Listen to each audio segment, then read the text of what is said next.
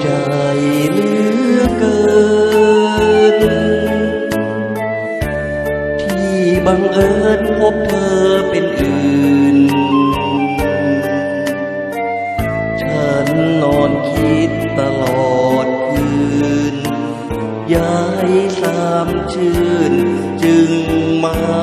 เปลี่ยนใจบาดหัวใจเหลือดี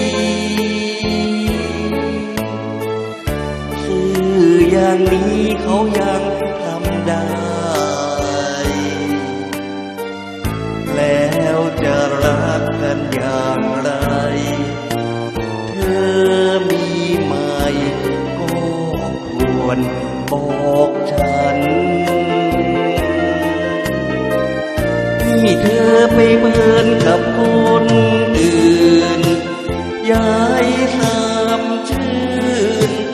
ทำเช่นนั้นขอบอกว่ามันบาดใจกันทำอย่างนั้นฉันงงไม่ไหวบาดหัวใจ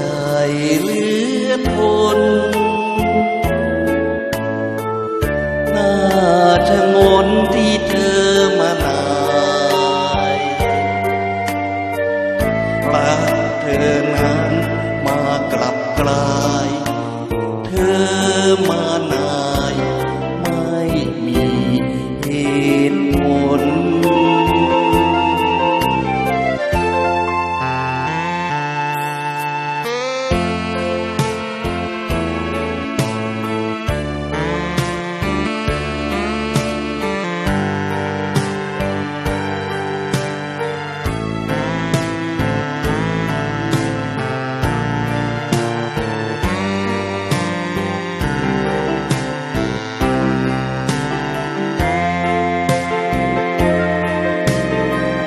ที่เธอไปเพื่อนกับคน